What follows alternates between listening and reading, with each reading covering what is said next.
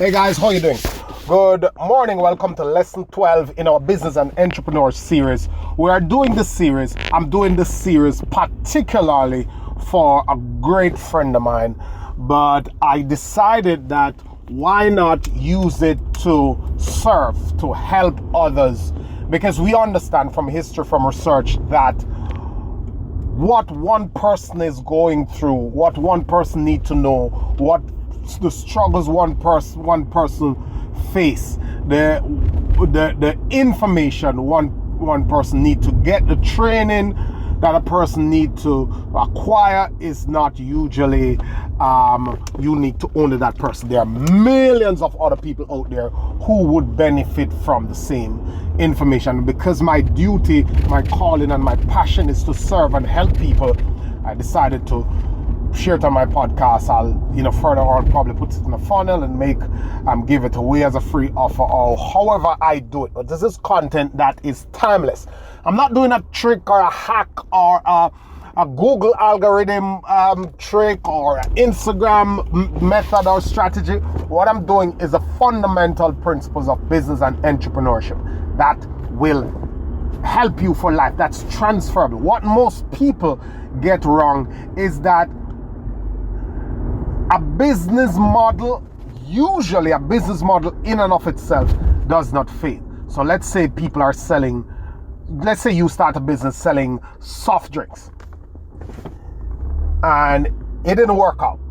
The business didn't fail. You failed at it, because there are profitable soft drinks companies that have been running since the beginning of time, generally speaking. So if you're doing a garage, if you're doing a deli, if you're doing a salon and it failed, is that the business didn't fail. The model is timeless. It's proven. People have been doing it a long time. They found a way to make it work. It's just that you didn't find a way to make it work. And nothing is wrong with that. We learn from our failures. I'm just showing you that there are principles that are universally tested and proven to work in business. They have been documented, they have been researched, they have been studied. So although I knock school a lot of time in colleges, what colleges have done is they have kind of put this together and compress it in the theoretical way to show the principles. How you come and apply them might be lacking in a college education, but it is important because these are universal principles. And we've gone through a bunch of the pillars on which great businesses are built. And we're at the marketing aspect of it. So I was working with this pharmacy once, and they are opening a store on a sort of an off street. It's not a main road, so they don't get the privilege of that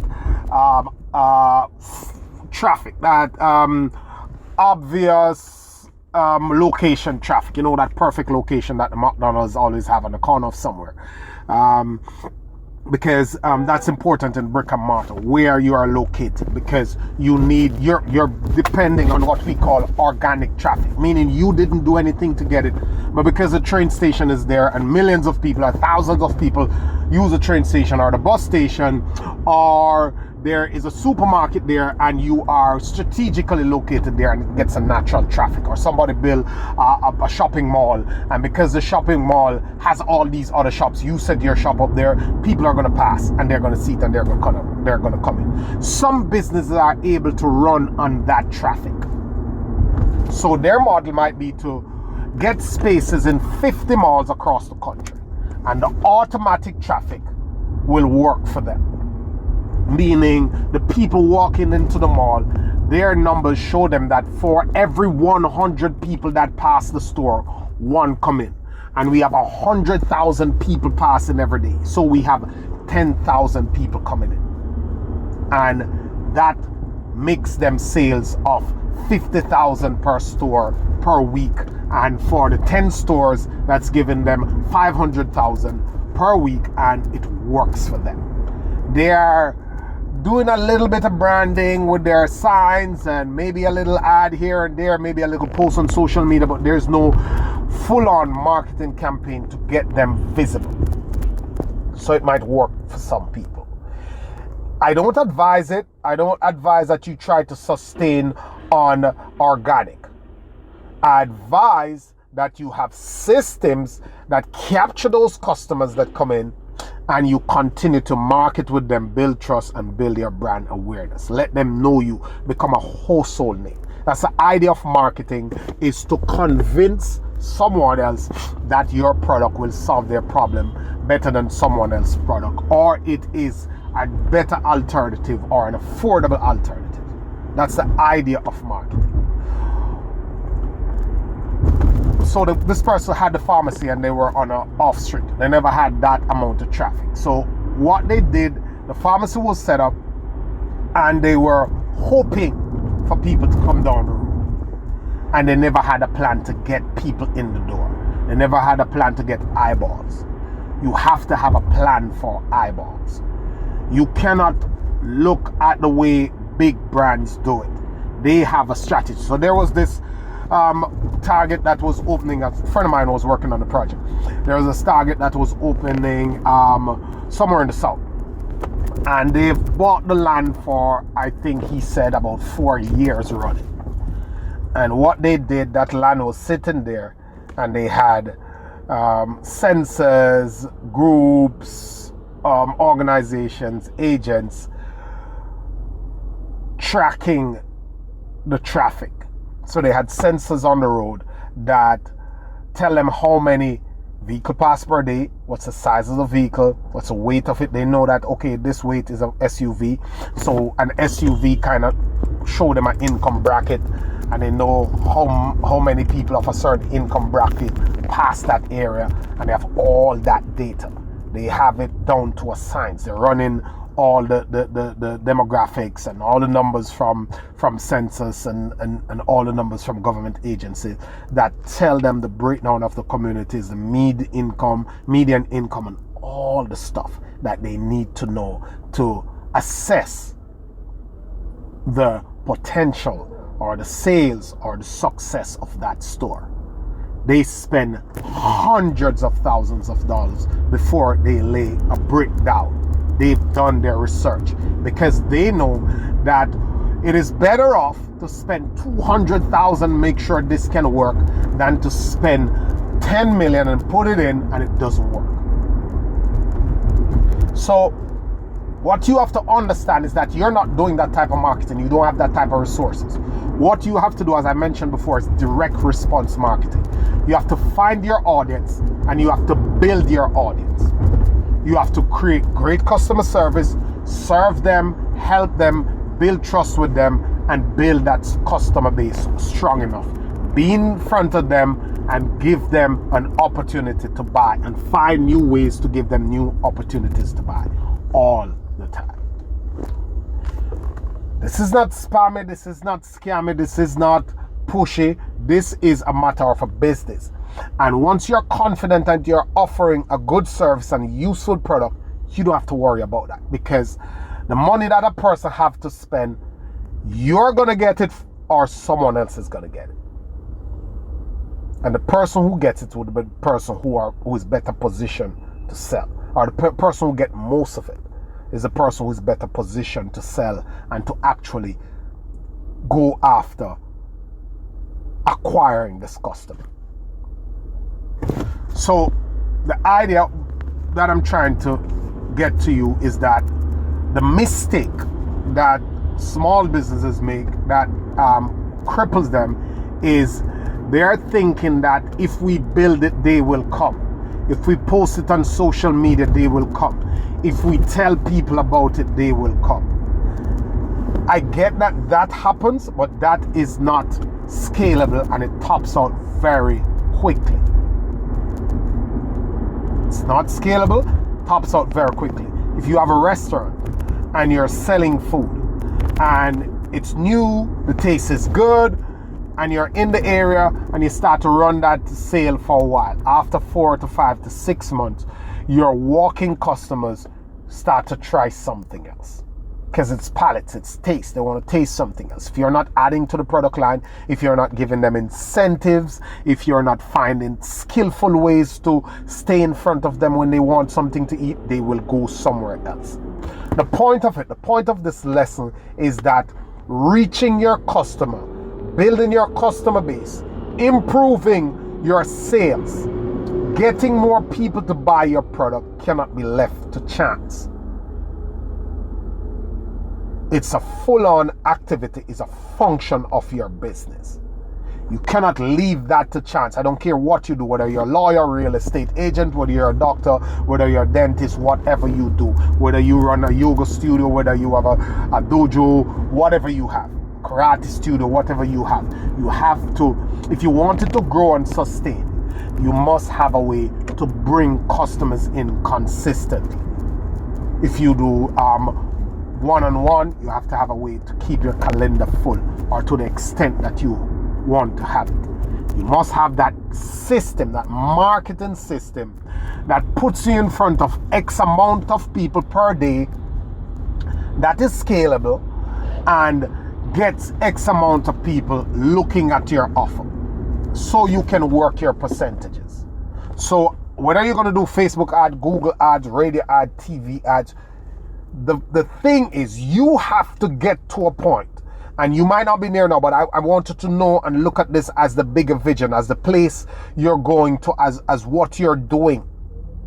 That you have to say, okay, this is my business. I'm selling 5.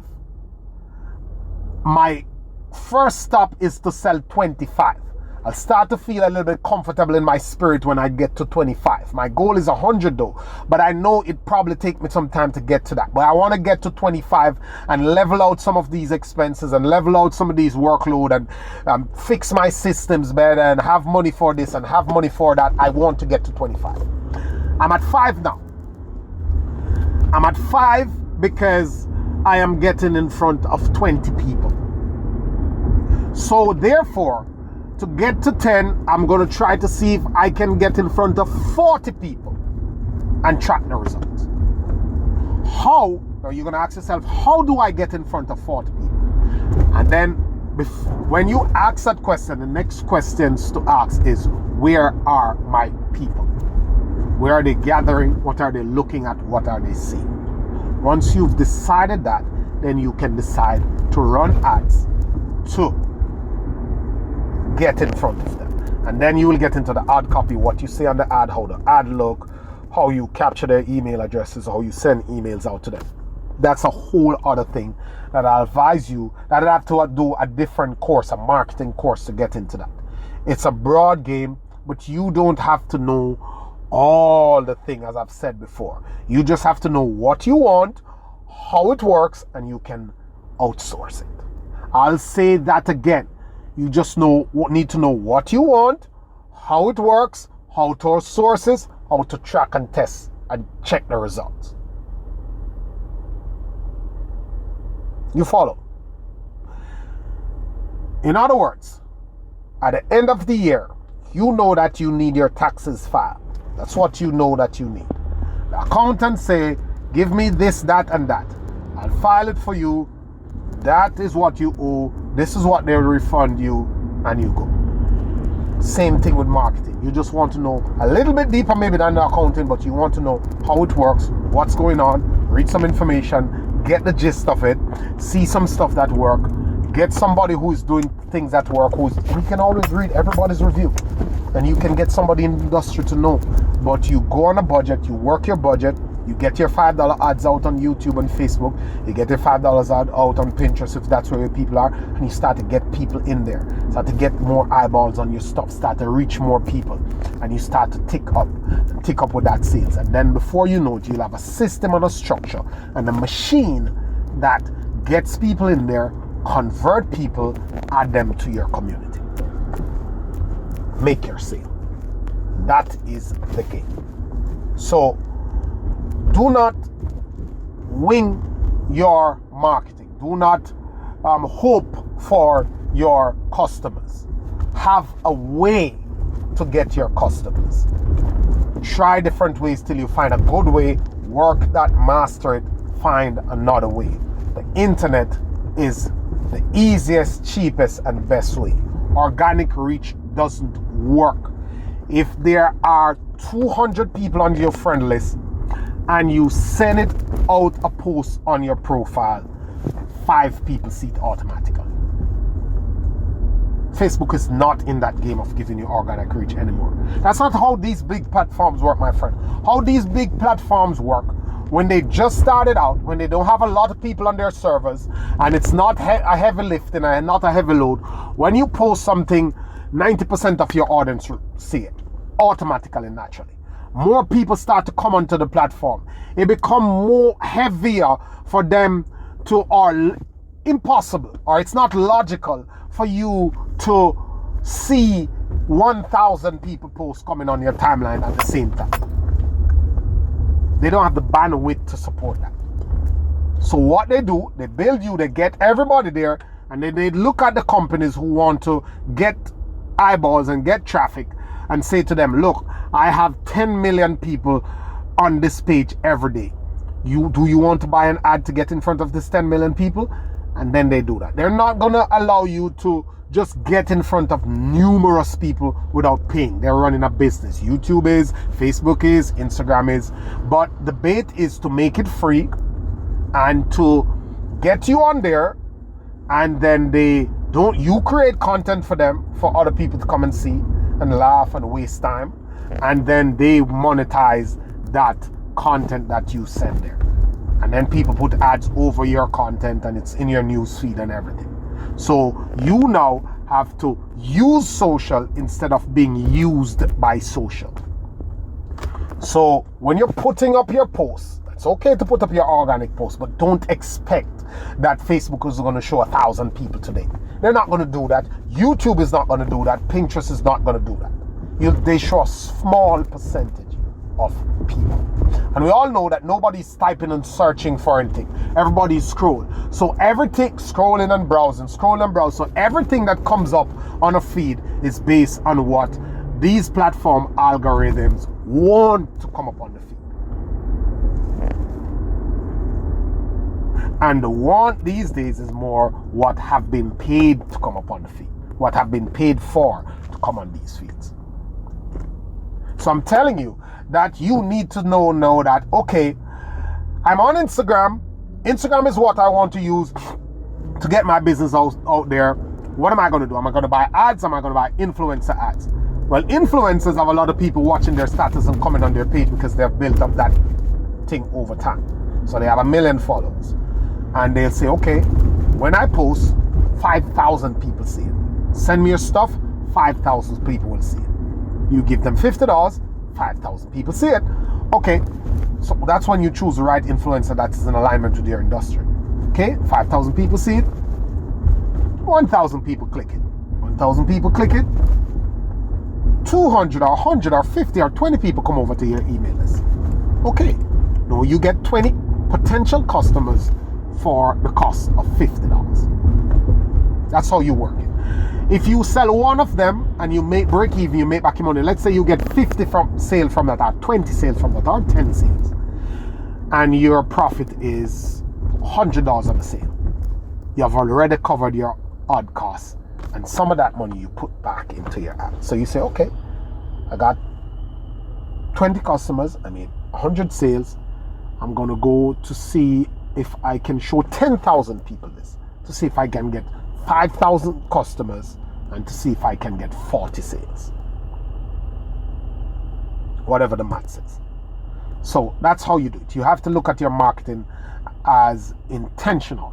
It has to be a process, it has to be a system. You have to stay in control. Do not allow the guy that give out your flyers, or Facebook, or YouTube, or Instagram, or Google, or any one of these guys to willy-nilly decide how many people you bring into your business every day. You have to take the active effort and have the system to bring your customers in, and a system to nurture and serve and sell your customers. Remember that the average person buy based on about 6 to 8 contact with a brand or a product. So you need to find a way to get back in front of the person that just saw you on Facebook and scroll past you and forget that they need you, or somebody else with a greater need come and they took the money. So there's a system that you must now design. And you can contact me when it comes down to ads and how that stuff works, and I'll direct you to courses or trainings or vendors who will do this for you. But just know that your marketing is deliberate, and your marketing should be in your control, and your marketing is a function, and it should be about how do I control the reins of getting customers in my business? How do I control the reins of sharing value with these customers, making them a part of my community, and building the lifetime value of these customers up?